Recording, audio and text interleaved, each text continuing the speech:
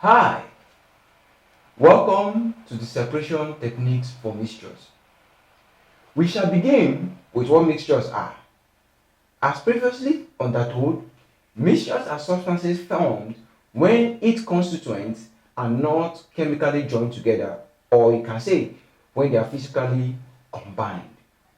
As mixtures, combination of one or two mixtures do not result in the formation of new substances, as the constituents still maintain its various chemical characteristics. Classification of mixtures give rise to two major types of mixtures. The first being the homogeneous mixture, which simply means mixtures having one distinct phase or boundary.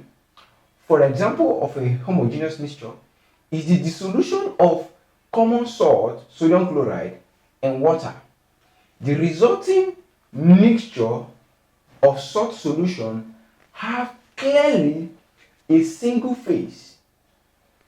And the second type of mixture is a heterogeneous mixture. In this case, mixtures have more than one phase or layers of boundaries. An example is palm wine that have different phases with the suspensions in its liquid and the liquid dissolving the solid. Another clear example is a mixture of oil and water giving rise to an emulsion. We have the oil phase being on top of the water and the water phase being at the bottom of the oil.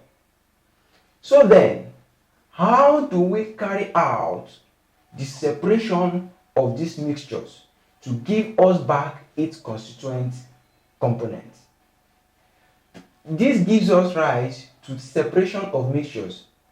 Another way we can say separation of mixtures is separation techniques.